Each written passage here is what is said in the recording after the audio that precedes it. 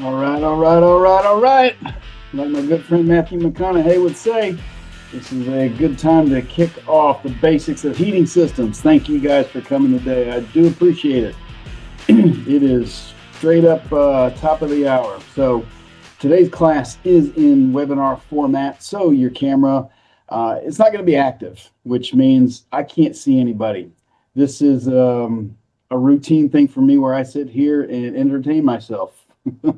If you throw up some thumbs up or smiley emojis, stuff like that, it makes me feel a little better, like somebody appreciates my dad jokes. But if as long as you can hear me, then you're good. You're in the right place. You'll get your credits and all that good stuff. And speaking of, Trek takes about a week or so to get those things done. There's nothing that we can do from our end to make that any faster. So if you got issues, take it up with Trek and leave me alone. All right. So thank you, thank you, thank you. Just a heads up, we will be recording this. If anybody wants a copy, throw your name in the chat and I'll make sure to get it to you. It's that simple. This class is going to be a quickie. It's just a little 1 hour class, so you get 1 credit for it. Like I said, it takes a week or so for that to show up and all that magic happens behind the scenes. As soon as we are done, I go into this little thing and click attendance, and that's the extent of my job. I'm the guy on the dumb end. So you might also get an email asking for some feedback, and we appreciate it. We always try to make this better. So if you got some suggestions, we are all ears. You're not going to offend me if you don't like it. It's okay. I'm given the material and told to put it out there. And sometimes it's hard to make something like heating systems sexy. You know what I'm saying? So I've thrown in my own version of dad jokes and quirky stuff, and hopefully you enjoy some of it. But who the heck am I? My name is John Bolton, and I am the instructor today. I started doing inspections back in '98. Besides a degree in building construction, I picked up a few trophies and licenses and stuff along the way. So I've completed somewhere over 12,000 various inspections throughout my career. And I have been fortunate enough to train inspectors across the country because I'm also a national speaker on all this inspection-related stuff. I've published a bunch of articles, written a couple books, and I tell you guys this, not to brag by any means, but just so you know where I'm coming from and maybe you learn a little bit of trust. That's all I'm asking for. So if you have any questions as we go through this, feel free to speak up. It's a little difficult for me to chew gum, talk with my hands, and concentrate on heating systems all at the same time. So I may miss some things, and like in chat, if you just stick it up in there, I may miss it. So just speak up. There's not a lot of us, and it'll be a nice, intimate class time. Anyway, and if you want to hang out to the end, I will be happy to do some questions, Q&A afterwards. So we do have a bunch of other classes. Here is the schedule coming up. These are always free to you guys, and you get CEs for them. So, help yourself. And if you feel so amused by my dad jokes, feel free to pass it on to your friends. If you ever want to do like an office presentation or a team type presentation, we can hook you up with that as well. So I have the link you see there, I put in the chat. So you guys can just go in there, made it easy, click and follow the bouncing ball. Should be pretty easy.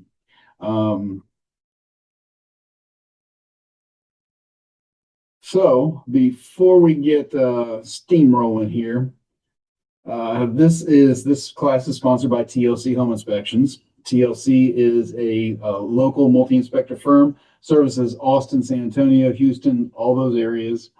And here's what you get when you choose TLC as your inspection partner. We do over 6,000 inspections a year. That's a bunch, right? We know that you guys work 7 days a week, so we have somebody available 7 days a week. We provide you and your clients with something called Home Binder. Really, really freaking cool thing. For the client, it's like a digital filing cabinet. Okay. They can securely put all their stuff online, their home maintenance stuff, their home inspection reports, your sewer scope, all those things go in there and it's all stored. All your renovations, all those things are in there, as well as appliance recall notifications, all those kind of things. So it's free. It doesn't cost anything. They also do a little concierge in there where they help you set up, the home buyer set up their utilities and all the moving related stuff. They don't have to use it, but again, it doesn't cost anything. For you guys, what is really cool is all the messages that go out doing the appliance recalls and stuff. It's all branded in your name, so you are always top of mind. So it's free marketing for you guys, which is really really cool. It also has something in there, a repair pricer option. Any of the broke don't work things in the reports, you guys are able to go in there and click click click what you want done and put prices, pulls prices up in there, and you can submit that like a what do you call it, an addendum to the contract or whatever. Your report, when they do their reports, they're usually same day, assuming everything is, the weather participates and all that good stuff. You're usually getting them same day. They come with a 200% guarantee. So if you're not satisfied, not only are you going to get your money back, but we'll also pay for somebody of your choice to go out there and do the inspection again. So it helps take risk out of giving us a shot. Some of the things that help separate us from the competition is free infrared, which is really cool, right? Most of our packages also do foundation elevation readings. Awesome when with all the clay and movement and stuff like that, when you have those foundation elevation readings, it's going to be, you'll be able to tell if things have moved in the future, right? It'll always be like a baseline. So you'll have something that is done, and whether it's 2 years, 4 years, 10 years from now, you can compare. So those are really, really cool. We do the irrigation up to 12 zones. We do the termite, pool, septic, sewer scope, and God, everybody should get a sewer scope. Highly recommend. And depending on what market you're in, we also do all the mold sampling, air quality assessments, all those kind of things as well. And we do the pay at close, which is pretty cool, right? All right, today we're going to obviously do the heating systems, right? There's going to be a ton of stuff that we're going to go over, and really what our goal is today is to give you a good background into heating systems. So in order for you guys to really absorb this experience, I need each of you to go set your thermostats as high as it'll go, like 104 degrees. Okay. I'll sit here and wait while you do that.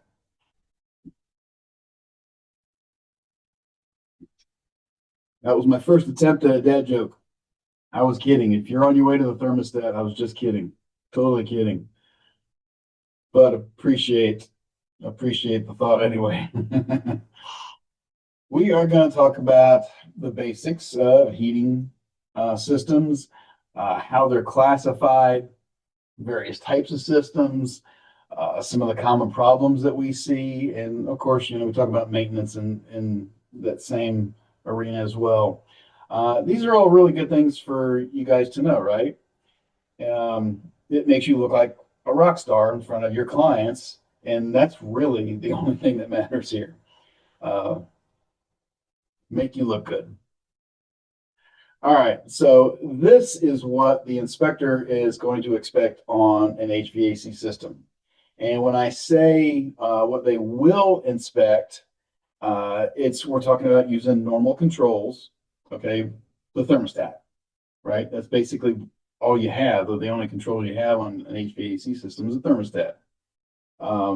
Doing much more, you start to cross that licensing line, Somebody with an HVAC license or an EPA license can take pressures and measure refrigerants and stuff like that. That's beyond the scope and beyond the licensing of a regular home inspector. We're the guys on the dumb end. um, but I remember before I started doing home inspections, I always wanted to be I wanted to do mirror inspections. Mirror. I thought that would be, I like I could really see myself doing that.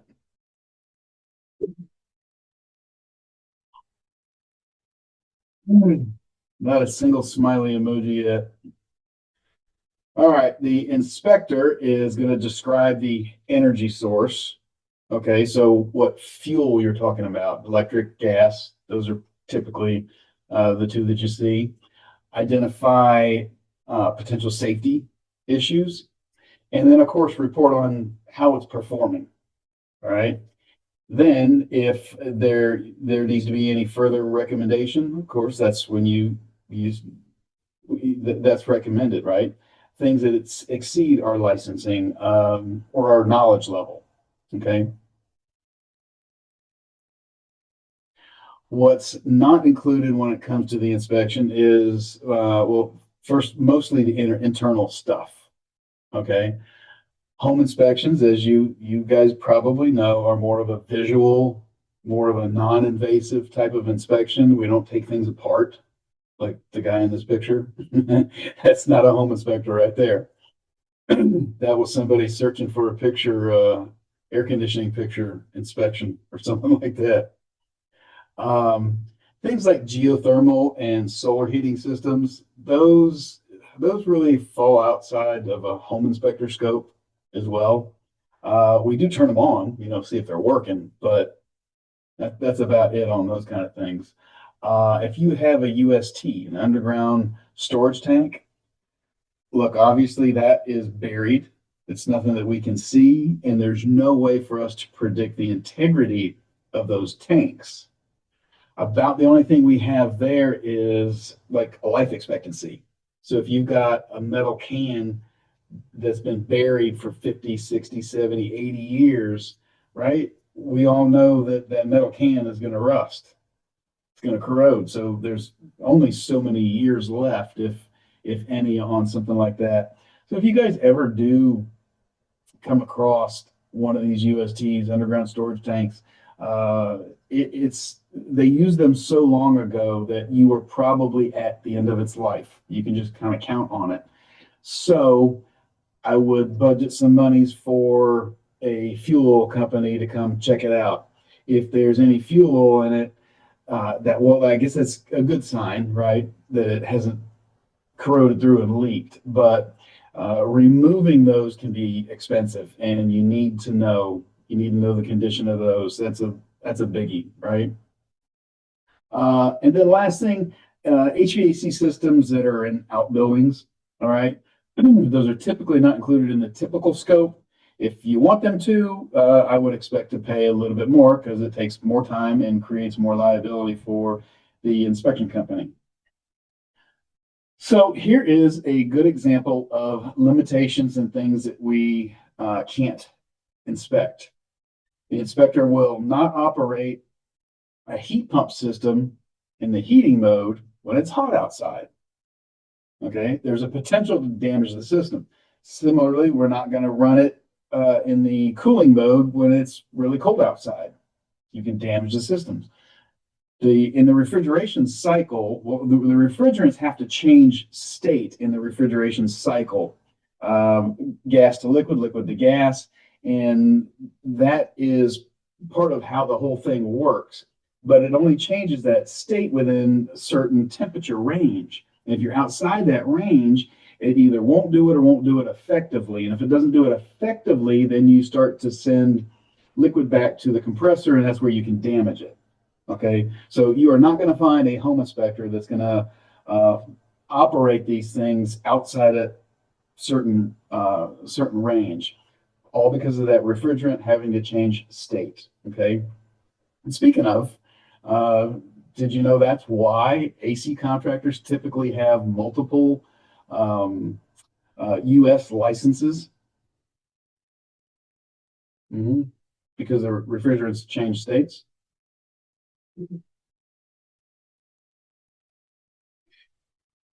Anyway, 70 degrees is it kind of about where the industry has set that inspection standard where they operate or don't operate? All right. Most heating systems, they can be described according to their category. All right. And really, this is how we boil down the different variations of heating systems. There's the medium, okay, how it's delivered. You've got conductive, you know, things touching each other, radiant, like a floor water heater or a floor water pipe heating system, or convective, something like an electric forced air. Excuse me. The fuel type that they use, typically electric or gas, right? The nature of the heat and the efficiency or the capacity of that system. Now, in Texas, some of those things are not really going to apply to us so much because it's hot in Texas most of the year, right? But if any of y'all are from up north, you know that there's a lot of different um, other types of heating systems anyway. And you don't typically see those in Texas, like maybe every once in a blue moon. Uh, yeah, occasionally. No, blue moon is probably more accurate. Every once in a blue moon, you run into an old fuel or radiator type system, but not really, really not often. Those things, they've gotten so old, they've really become obsolete. You can't get parts for them. It's hard to fix them. It's hard to find a tech that can fix them because it's just really old technology, right? Now, most commonly in Texas, you're going to see forced air type systems.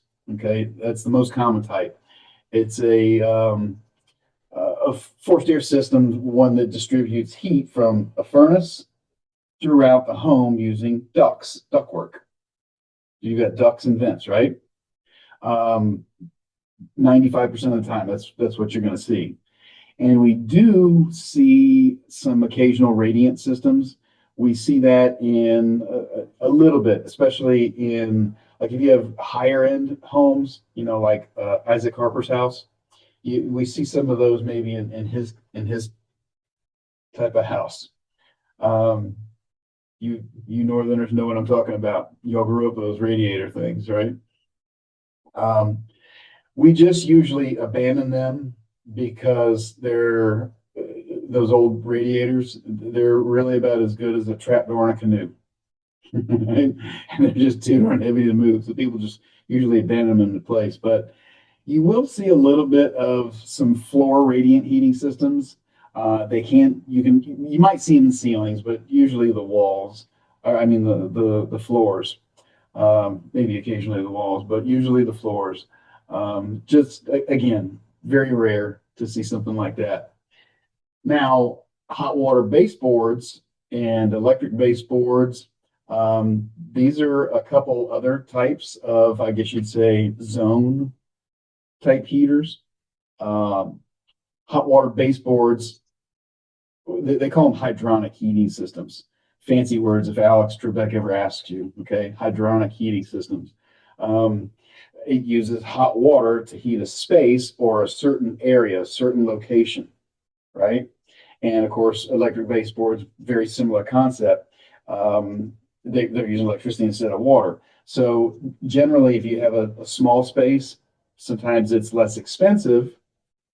You know, it's a better alternative because it's less expensive to install a localized heat distribution system, and then it might make some sense. But these kind of systems also allow you to control and maintain different climates within a larger environment of the whole house. All right. So some people like them because they don't want to, heat and cool the whole house all the time, but they want to keep the living room heated during the day, and then maybe the bedroom at night, that kind of thing. So in those type of cases, they make some sense. All right, so now the medium, okay, the heat conveying medium. There's really two different types of mediums that how the heat is carried. Well, they're either using water or air, right? Not so much water like we talked about, usually air. Um, the medium, when I say that, that's what carries the heat from the source, what makes it to the area that it's treating. How's it getting from point A to point B? Again, usually air. But we can also classify them by the fuel type. Okay, you've got gas fired, oil fired, wood burning, multi fuel, electric, and yeah, coal burning. Coal burning. Been a while since you've heard that, right? Not going to see that one very often anymore. But if for some reason your client has a house with a coal burning furnace, it's time to upgrade, right? But this is kind of funny because I'm born and raised in Florida, so completely, totally foreign concept to a guy like me. All right. However, I was in North Carolina with a good friend of mine. He has a multi-inspector company there, Assured Home Inspections, and he says, what do you want to do? What do you want to see? And I'm like, I want to go see stuff that we don't normally see down in Florida. Like we don't have basements. Okay. The ones we do have are swimming pools. So I want to see stuff like basements and these fuel systems and stuff like that. So we went looking at houses and check this out. This is, I mean, to me, this is just mind blowing cool. These are coal fired fireplaces. I was like, what? We walked in there and he goes, you know what that is? And I looked at it and I'm like, these are two different houses too. And I'm like, well, it's a fireplace, right? But you look at it, it's harder to tell from the picture than when you're there. And I'm standing there going, something's odd. It's tiny. Like did trolls live here or something? I don't, it was so little and they weren't very deep. They were actually like less than they were maybe call it about a foot deep. That's it. That's how they were made. He says, yeah, those were coal fired. The whole point of those, they were actually meant to, and here's a term, spill. They would spill heat into the room. And today we know better than that, right? Because that's full of carbon monoxide. Okay. A real huge reason we don't see them anymore. So the people that used them aren't with us anymore. But anyway, I thought it was really, really neat. I had never seen them before. Okay, equipment can also be categorized by the fuel it uses. The fuel oil, electricity, natural gas, wood, propane, kerosene, coal, pellets. Yep, pellets. There are actually furnace systems that are designed to be powered by pellets. I guess they're not just for your barbecue anymore, right? But as technology, develops, who knows what we're going to see in the future? Like, we're going to have nuclear powered heating systems, or God, something even worse. Like, will we have to pedal for our power? I don't know. That would be awful, right? Right in the middle of a good movie. All right. Now we'll talk a little bit about what I would say, in most of our markets is going to be either the most common or the second most common type of heating fuel. and that's natural gas, right? Natural gas does not, in its natural state, does not smell or have any color. Sound familiar? No, those have smell. Never mind. A lot of people think that sulfur smell, smells like rotten eggs. That's what natural gas smells like, but that's not true. That is actually added to the gas. Okay. And the reason why we do that is so you can tell something's leaking, right? It's very important that we don't let carbon monoxide build inside the house because that leads to a very, very long nap. It can also be very unproductive, right?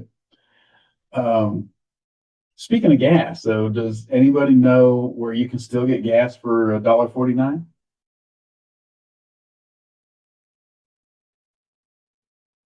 Taco Bell.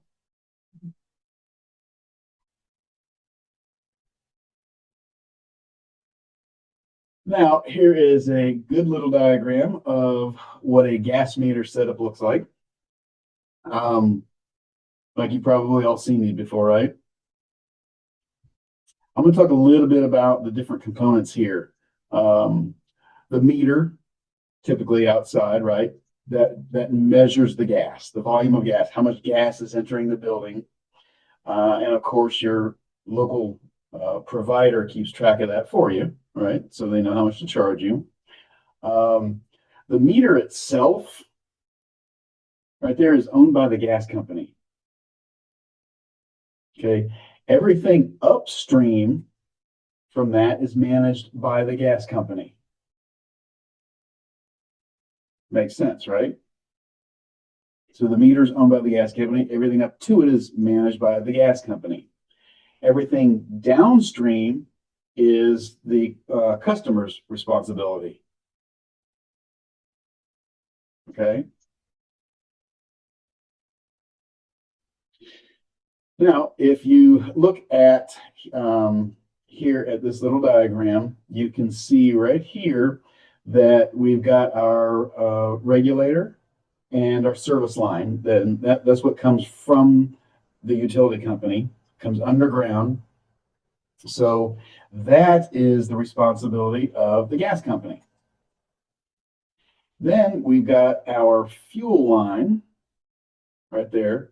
The fuel line, that's what goes into the building or into the house. And sometimes we'll see the fuel line where it goes into the ground, like if there's a basement or something like that. Most of the time, they just enter right into the house. There are a lot of questions that come up about this little thing right here. See that? That little wire? Some people think it has something to do with grounding. It has absolutely nothing to do with grounding. It's a tracer wire. So if it helps the service company locate underground pipes. That's it. They send a little electrical signal down there and they trace it with a ground sniffer. And so it's nothing that like you'll ever deal with. I just thought it was interesting. Thought I'd throw that in there. So now you know what that little wire is. Now, when it comes to the gas meter, there's a few things that we look at. If you've ever received an inspection report, sometimes you'll see this. This top one, rust, right there. Yeah, rust. All right. Why do we call out rust? Seems kind of non-sexy, right? The main reason is it can damage the material and eventually result in a leak. That's it. So that's why it's not just being picky, that's the pipe degrading. So it will vary in severity, right? But you'll definitely see that pop up on a report. Occasionally damage to the meter itself, lawn mowers and aggressive little boys, whatever.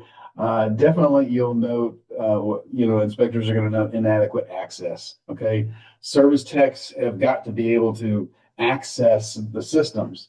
All right. They're not pretty, so people like to put plants and stuff around them, trying to hide that ugly meter. That's not recommended. Okay. Especially the thorny stuff, thorny bushes. Not real fun to inspect a gas system that's surrounded by a bunch of thorny bushes. Thorny bushes should ideally be placed in front of young girls' windows. Can I get an amen, Isaac? Um, it is important though to have access to the shutoff valve in an emergency. That's the real big thing. You want to be able to get to it and shut it off. And of course, gas leaks. That's where that whole smell thing comes into play. Anytime we're around gas appliances, if we smell gas, that's definitely a cause for concern. Of course, unless your mother-in-law smokes.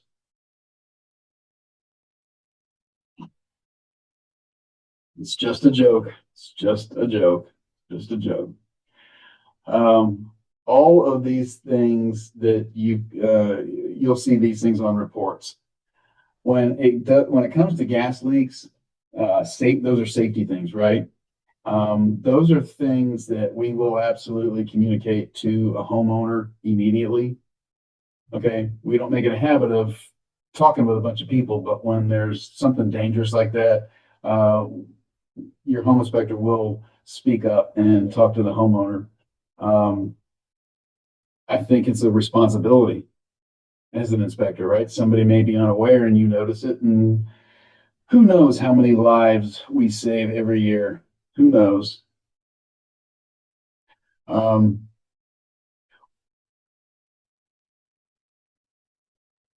what else? I forget what else I was going to say. So the gas piping after the meter, that's going to be the homeowner's responsibility. The gas line does need to be properly supported. It's got to be secured in attics, above ceiling spaces, and so generally speaking, every 6 feet or so is where you see a support. Okay, for like this black iron stuff, that stuff about every 6 feet or so. So if you look at that little arrow there, that is a drip leg. Drip leg that is required. Okay. Um, any stuff that is inside the gas, any sediment, trash, anything like that, it's able to collect inside that little drip leg before it gets into the appliance. If it gets into there and blocks an orifice or something, holds an orifice open, then gas just continues to flow, right? And it never shuts off. These are often installed incorrectly, often, even more so in Florida, where I'm from. Okay, we don't have a whole lot of gas down here, so not a lot of people, including installers, know much about them. So we see it a whole lot. But these things, these drip legs, they must be after the shutoff and as close to the appliance and in the right orientation. Okay, but as close to the appliance as you can get, it's got to be in the right orientation too. Something else to note, if you take a look here, you have a yellow flex line that it connects to a rigid pipe that goes into the unit. Okay, that's a connector, an appliance connector. All right, we want to see protection if that ever penetrates a cabinet. Okay, if that connector does, because where it penetrates a cabinet, it can actually be sharp, and when it runs and it vibrates, it heats up, expansion, contraction, all that kind of stuff. Over time, it can damage that flexible gas line there.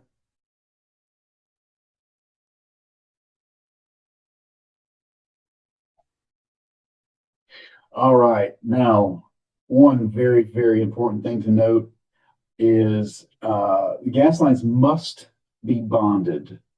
must be bonded. The purpose of bonding is to eliminate voltage gradient. What the heck is that? A gradient is where it wants to go from one place to another. There's a potential there. They call it a gradient. You want to eliminate that gradient, right? So if there is a lightning strike, right, bonding is going to help limit the potential for the electricity to arc to the metal lines. Because when that arc happens, you blow a hole in that gas line, you have a blowtorch. So that's the purpose of bonding. And it's like a ground for stuff that doesn't normally carry current, like this. Okay. Now you guys also know what to do if you yourself were ever to catch on fire. Anybody ever teach you that? Or maybe I should say what not to do if you ever get caught on fire. You never ever want to go waving your arms around, like a maniac, waving your arms in the air, because you could get arrested for waving a firearm in public.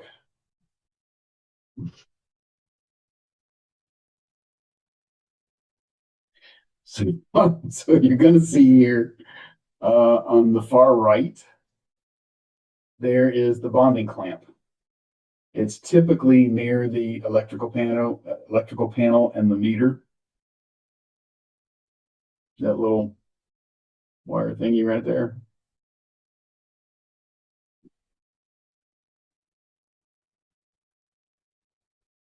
This is what it looks like in the field. So this is a closer upper of that right there. And it's just a clamp and a wire. It's like really simple stuff.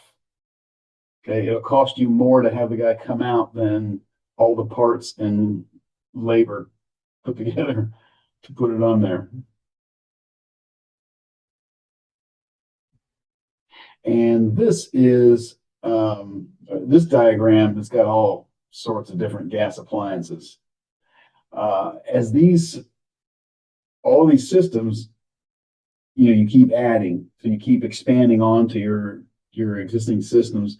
We start to look at ways to do that more efficiently, right? So we don't always use the rigid pipes. A lot of times you'll see something called CSST, corrugated stainless steel tubing. It looks like this. And just one more note, when you're getting an inspection, always make sure the gas service is on, please. If you've got gas appliances, without it, we can't check any of those appliances. We can't do anything if it's not on. But you notice there's black and yellow. The black is the successor of this, and you probably heard some bad things about this. And there's a whole bunch of stuff on the internet about the yellow CSST houses catching on fire, and a lot of it has to do with improper or missing bonding. So manufacturers came out with this, what I forget what it's called, Sure Strike, or I forget the name of the black stuff. Basically the same thing. This is just supposed to perform a little bit better.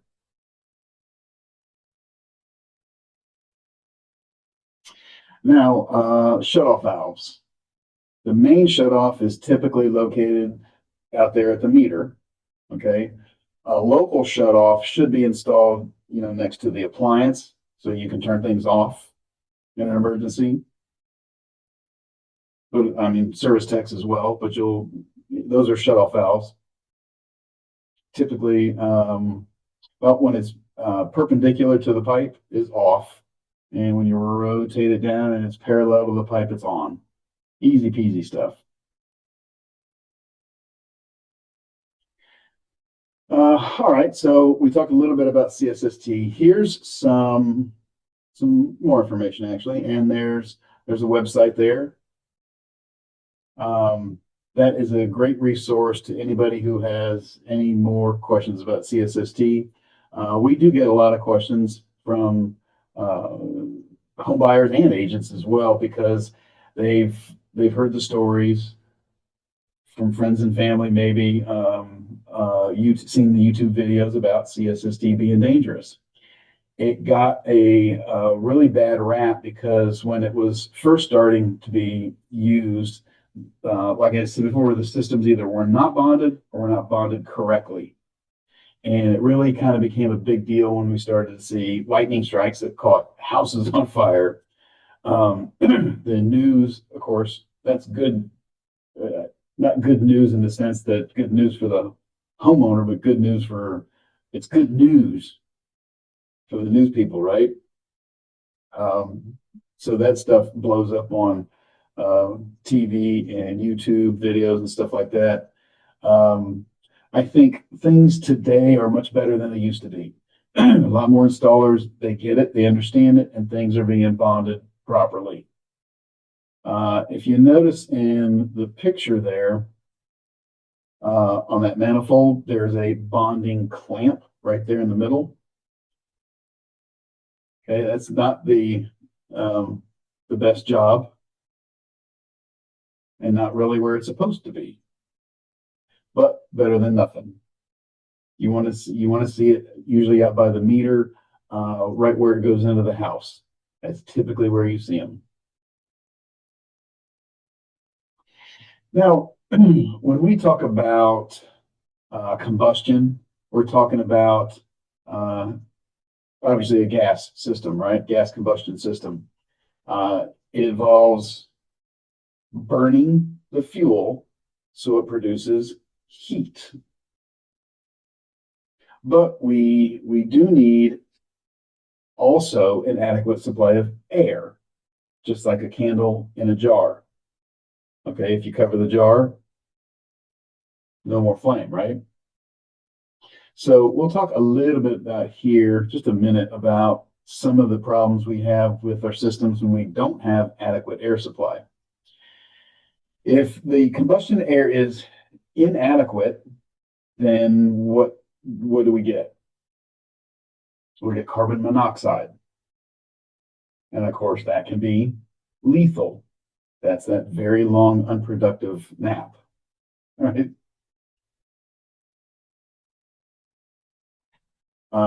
When you get things like cracked flues, okay, chimney blockages, oversized exhaust hoods, unvented space heaters, things like that, you can have incomplete combustions, and even sometimes backdraft or a reverse draft, right? That's when bad things happen, really bad things. If you have an attached garage or any fuel burning appliance and you don't already have a CO detector in your house, I highly, highly recommend on your way home today, you swing by Home Depot, Lowe's, Menards, whatever you prefer, and get one, okay? These things actually became codified. In Florida, it was 2008. In Texas, it was 2009. Okay, so they've been in the big book of rules, the code book, for a very long time. And even if it wasn't code back when they built this house with the attached garage or fuel burning appliance, they're still highly recommended. So the years are really irrelevant. It's, like who would live in a house with no smoke detectors? It just doesn't make sense. So the CO detectors are similarly priced, not horrible. Okay, draft types. There are three main types of draft systems. Okay, natural, induced, and forced. Okay, the natural system is really kind of obsolete, if you will. Those things were much lower efficiency. You don't have a fan that helps draft. It was natural. Things get hot and heat rises, right? That's really old school stuff. Just really obsolete these days. But occasionally you'll see one that's still clinging to life in some older homes, right? Induced draft furnaces would be an upgrade, okay, where a fan induces or helps a draft, okay? It's not a huge like efficiency upgrade on an older system, but it'll certainly help that part, right? Get the bad stuff out. For the most part, what you're going to see is a forced draft burner system. Okay. Forced draft, like here where the fan is down low, and induced sucks, the forced draft blows. Real simple, right? With our forced draft systems, they're mostly gas furnaces, occasionally that oil-fired furnace, not very often, right? But the fans are down low before the motor. Okay, those are going to be the most efficient, and the intent is that you burn as much of the fuel as possible. Okay, so you'll notice that an AFUE efficiency ranking. Okay, that's the annual fuel utilization efficiency ranking. Try to say that 3 times fast. The higher the ranking, the greater the amount of heat generated per energy used to burn it. Okay, the minimum AFUE allowed for newer furnaces is going to be 78 or higher, and that's really not that great, but that would be a minimum 78%. So since you're just sitting here asking yourself, I wonder how we gauge the efficiency of heating systems, that's how you do it. Okay. By the way, what does your furnace and computer have in common? Your furnace and your computer have in common. When you open Windows, they both lose efficiency. That's an amen, right? Now, backdrafting. This is when the combustion gases are not drafting, not rising, going up through the vent or the chimney or whatever and out of the house. If they're not doing that, then they're spilling back into the house, and that's bad. Okay. Remember talking about CO detection? Okay. It's a very cheap early warning system because backdrafting can occur and you may not even realize it. That's why we recommend you test those, the CO detectors as well, just like a smoke detector. You test those with the little button, right? And that's why we do it as a company. When we do a home inspection, always test those things, the smokes and the CO detectors. Just make sure they're functioning. So your homework tonight, you know you're going to have homework, right? Go and test your smoke and your CO detectors. If you don't have a CO detector, swing by Home Depot, Lowe's, or Menards and pick one up, please. Pretty please. So what causes this backdrafting thing? Typically, there's a blockage. Okay, some type of depressurization, maybe around the appliance. If you had a big appliance next to a little appliance, the big appliance is going to win and will win, right? And you could cause a backdrafting of the little one. Make sense? When that backdrafts, and it means it's coming into the house, bad things happen. You can get birds that build a nest or animals that fall down a chimney or some type of metal flue or something like that.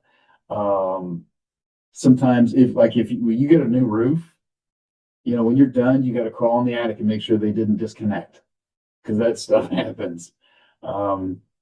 I've seen people that put covers over those old chimneys during the winter, or I mean the summer, and then they forget to take it off when they need it, and they go starting a fire, and the smoke and stuff can't get out. There's nowhere for it to go, and it pressurizes and pumps itself right back into the house.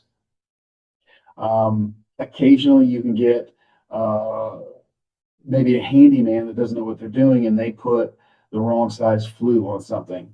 It's not big enough, and therefore the appliance can't draft fast enough, and you can get some of that backdrafting.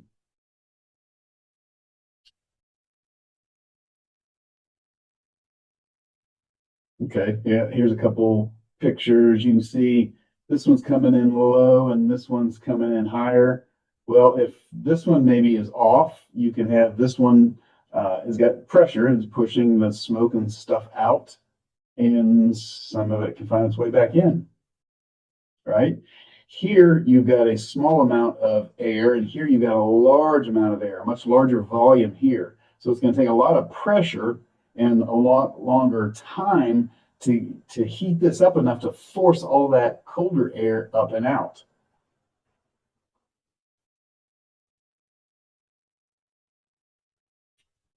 Um, oh my gosh, I remember one time we discovered this was new construction. Uh, they installed this huge exhaust hood over the cooktop, stovetop, whatever you want to call that, like a 1200 CFM exhaust hood. That's big. All right. Um, that something that big is going to pull 100% of the air in that entire kitchen and attached family room out. It'll pull all of it out. And if there's fuel burning appliances, now they don't have the air they need to function properly, right? We actually used a hood. You place it over the vent, and you can actually, there's an anemometer in there, and you can actually measure, improve, okay, the amount of air coming out, the CFM. And this was a well over $1 million house. One of those ones where they knock an old house down and build a McMansion. Matter of fact, I left myself a note here. I made a YouTube video on it. It's on Home Inspector channel is the YouTube handle. Home Inspection channel. Home Inspection, yeah, I think it's Home Inspection channel.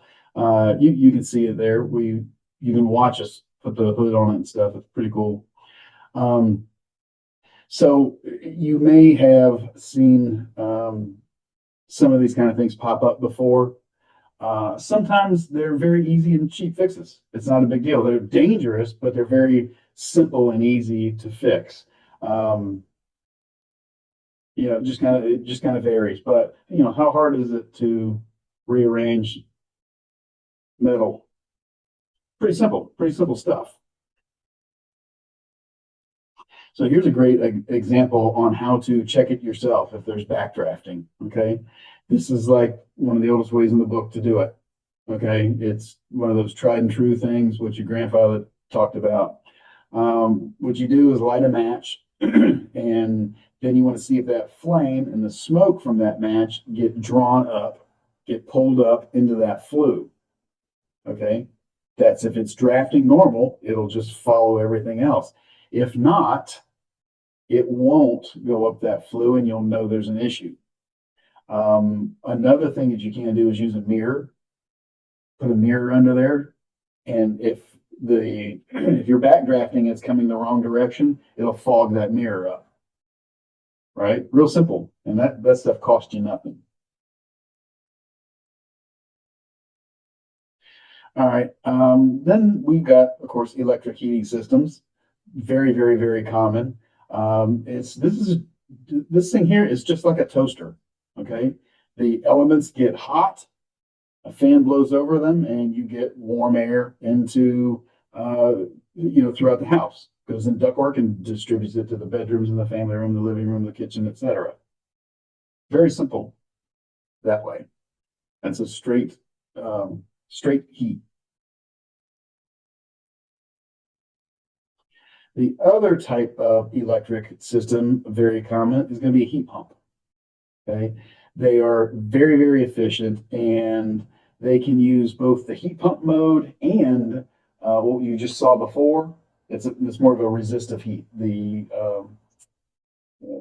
toaster type. Okay, where the coils get hot and the fan blows over it. That's a resistive heat. These will operate both ways. These things they're using. Remember, we talked about the refrigerant cycle. Okay, so the refrigerant absorbs heat. It releases heat energy. So all you're doing is changing pressures and temperatures to produce heat, and it's a real simple and efficient system. They're going to be much more efficient in operating costs as well. They just don't cost that much. It will probably require less maintenance too, and can actually even live longer. Just kind of in perspective, a lot of the resistive heat might be 7.5 kW. And so you're going to pull 25-ish amps on the resistive heat, where the heat pump might pull a third of that, to give you an example. So,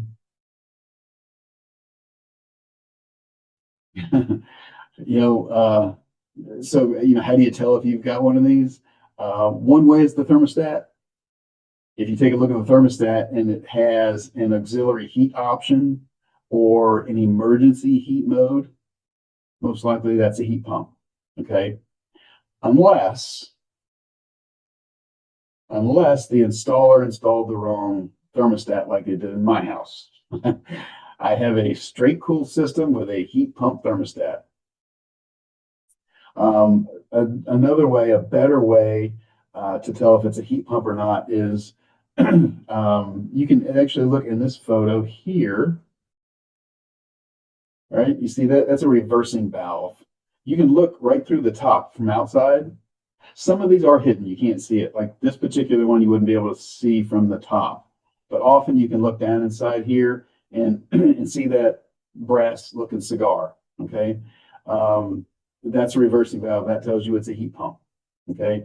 All that does is make refrigerant flow one direction and expand and contract in one mode, and the other direction in the other mode. That's it. It just forces the refrigerant one way or the other.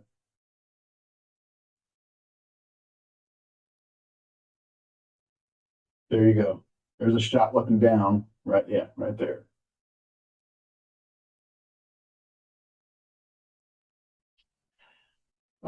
If you go up north where it starts getting a lot colder, heat pumps are not going to be as commonplace. The farther north you go, the less common they are. They just don't. They're not as efficient in extreme cold environments. Okay. With a heat pump, that emergency heat mode, it's kind of like a secondary or a backup heat. And that's only used when the temperature gets so low, which doesn't happen a lot for us in Texas and Florida, but on those nights or days that it gets really, really low and the heat pump can't efficiently give you heat, then that emergency mode, that resistive heat kicks in. It's just going to be less efficient. It's going to cost you more. So, in other words, you come home and it's cold and you crank that thermostat all the way up, you're probably engaging both modes and it's going to cost you more. If you're just patient and you put it a few degrees above what it is in the house and give the heat pump time, it will, in time, heat the house up. Just take a little longer. Some disadvantages of heat pumps. Some refrigerants are an environmental thing. Okay. If you remember back in the day, it used to be R22 was the refrigerant, and somewhere around 2010 is where they started phasing that out. And they went with the 410A, and that was supposed to be much better for the ozone. They have just recently, like this year, phased out the 410A. So that, they completely stopped using 22 in like 2020-ish and went to the 410. And here we are 25, and they've already phased that out, and they're going, it's a 454B or a 32 or 34. It was something like that. Whole new refrigerant that is even better for the environment, but it's going to cost you more. So if you've got a system that's even a year or two old, do whatever you got to do to maintain that sucker, because it's going to be way more expensive. I'm talking it 30 to, depending on who you call, 30 to 50% more than what you think it may be. They're just that much more expensive. All right, geothermal. This is another type of system occasionally we see. So this is mostly for your knowledge, right? Geothermal heating. These things work by moving temperature. I should say, you have a fluid, okay, and it goes through an underground loop of pipes, and it's pumped up and down, and you're just exchanging temperature that way, stealing it from Mother Earth, if you will. These things are very, very efficient in the right climate and in the right situation. Okay, but they can be very expensive to install, very expensive to service. Like, can you imagine you had to service this thing and you got to dig it up? Right. So you don't see a lot of these things. I have heard, I think it was Lucas Sanders is the regional manager there for TLC in your area. I believe it was him that was telling me some neighborhoods, northeast side of Austin, you might see some of these systems. Sometimes you'll see entire neighborhoods built on a grid of these things. So if you look at this picture right here, where we see these fields running underground, some of them, this is a horizontal field, this is a vertical field. They can do it either way, all right? It's just like a big network of pipes running through the ground, or if it's the whole neighborhood, running through the whole neighborhood. These things have been around for many, many decades. Okay, it's not new technology or anything like that, just not widely used because, again, it's more expensive. So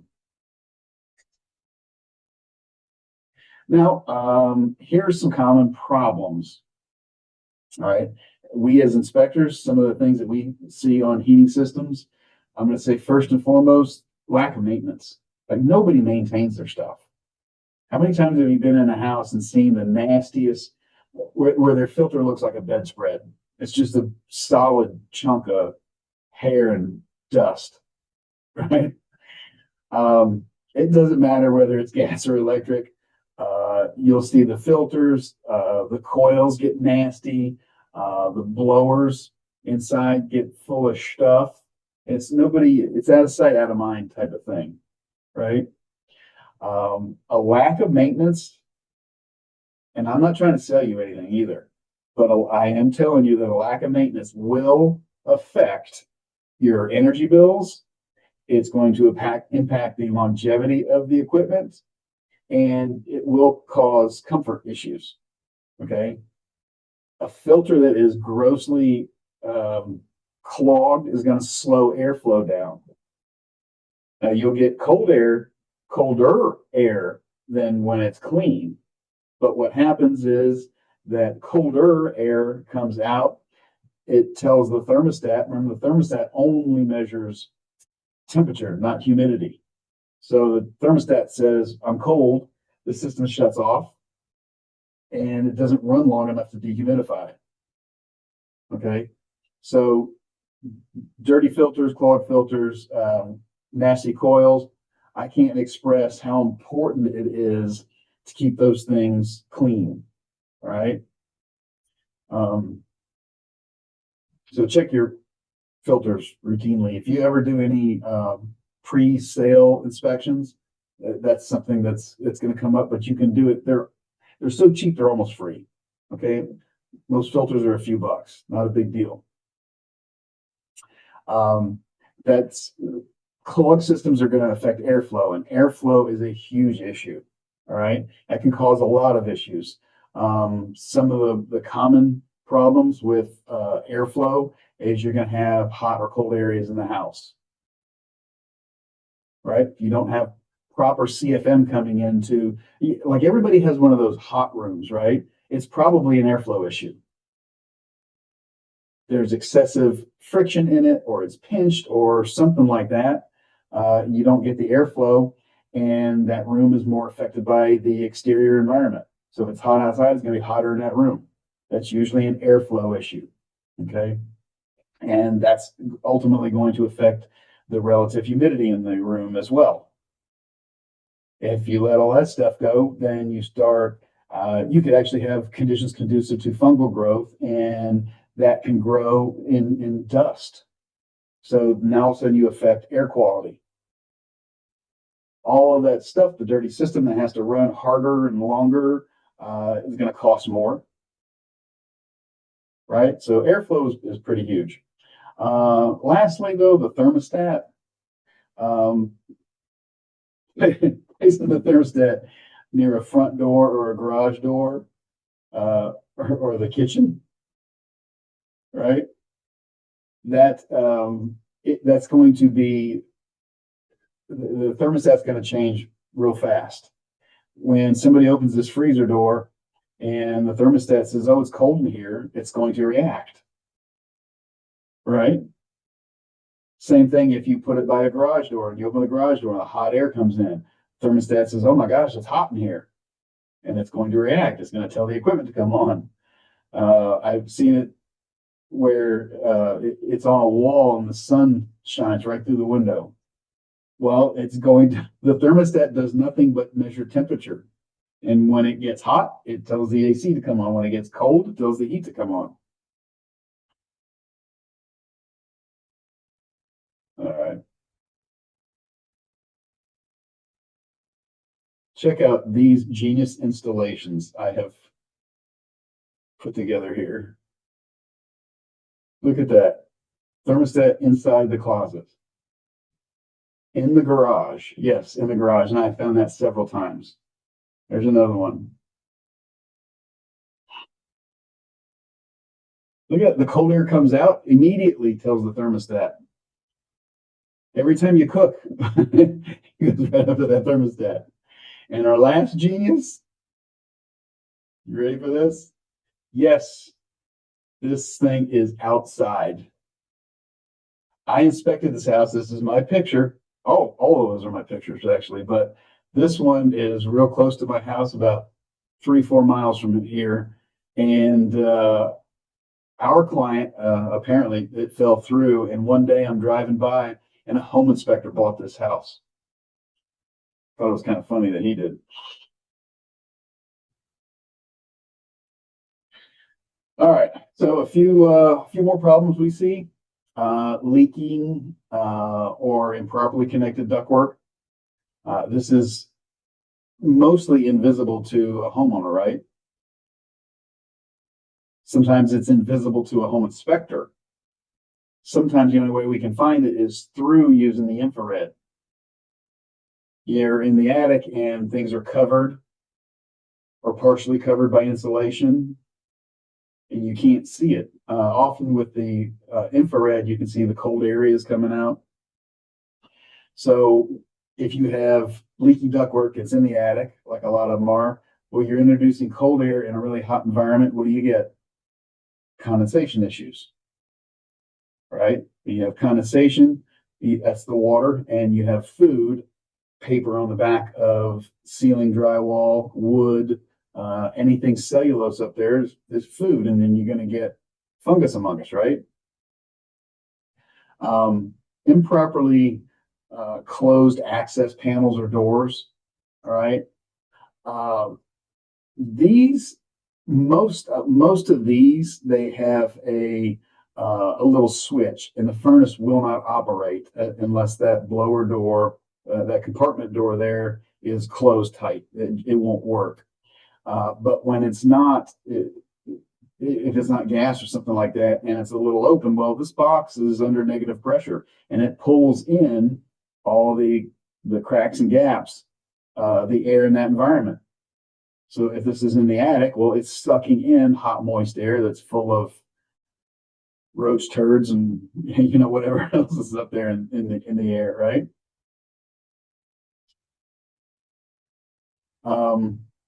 Burning smells. Sometimes it's the very first time you're going to go kick on the heat and that awful smell. That's nothing to be worried about. It's typically just dust and stuff that has settled on the heating elements or something like that. So usually you let that run a little bit and it goes away. Then you know exactly that's all it was. It's just dust or whatever that maybe bugs have been in there because they hadn't run in a while. But mold and environmental concerns. That's another issue that we come across.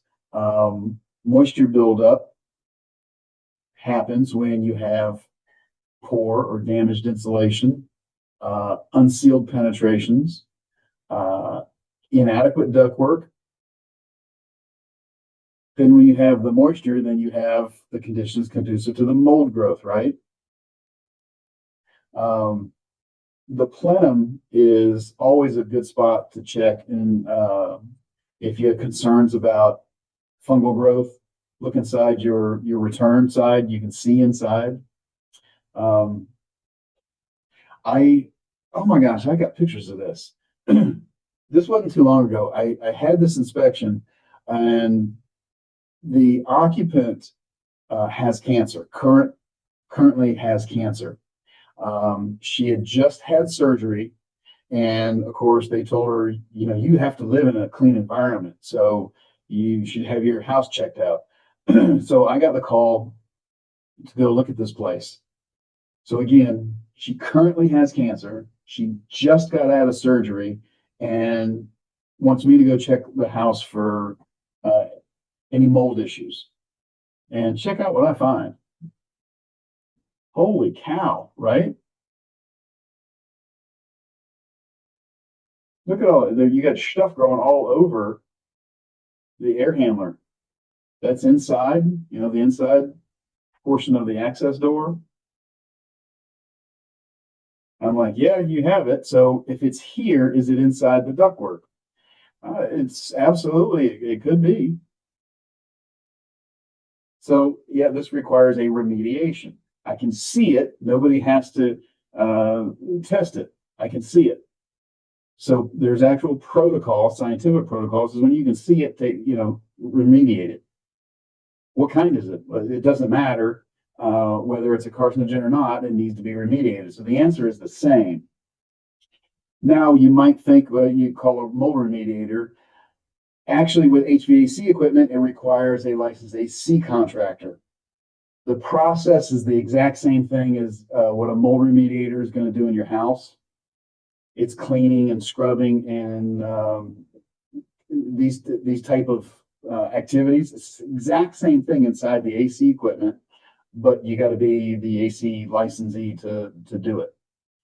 And speaking of mold, I think our next class coming up is all about mold. So if you want to talk more about mold, I will be. I think it's next month. So check it out. All right. Maintenance. It's always better to be proactive than reactive. Right? So go change your freaking filter for me, will you? Okay, when you get home with your brand new carbon monoxide detector, go check your filter and just go ahead and change it. All right. It's one of those things that's hard to remember. I get it. But did you know that Amazon actually has a program where you load your info up and it'll like auto ship you one every couple months? Or what I think you can set whatever interval you want, but it just automatically ships it to you. And then even though if you forget, one day a filter shows up in the mail.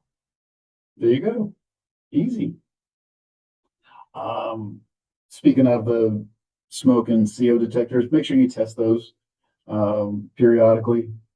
I know it's hard to remember, but maybe tell your Alexa devices to remind you to test those. Send you a reminder once a month or something like that. Make sure we talk about airflow. Make sure you don't have couches and stuff sitting in front of a return that's going to inhibit that airflow. If you inhibit how much goes in, you inhibit how much comes out. That's just simple physics. Okay. Then lastly, look, I always recommend an annual tune-up. very good idea. Let a professional come in, let them do the dirty work. Kind of reminds me of last winter. I called my heating contractor. We had a non-functional system. He says, "How long's it been down?" I said, "About 2-3 weeks." He's like, "Why'd you wait so long to call me?" And I said, "Because my in-laws are here and they're planning on staying." I was trying to get them out.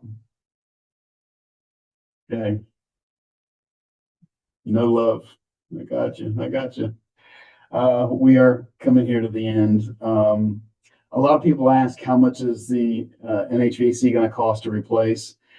Keep in mind, these numbers here are simple averages and they have gone up since the new refrigerant stuff. Okay. I always recommend getting quotes, but that gives you kind of a rough idea. We have a rehab we're doing right now. It's a 2.5 ton system, and I think I'm paying $6,500. Okay, so it's expensive. But that being said, that is right where we will bury this presentation. I appreciate you guys for coming. I love you all air conditionally. Appreciate you. Thanks, Isaac. Appreciate it, man.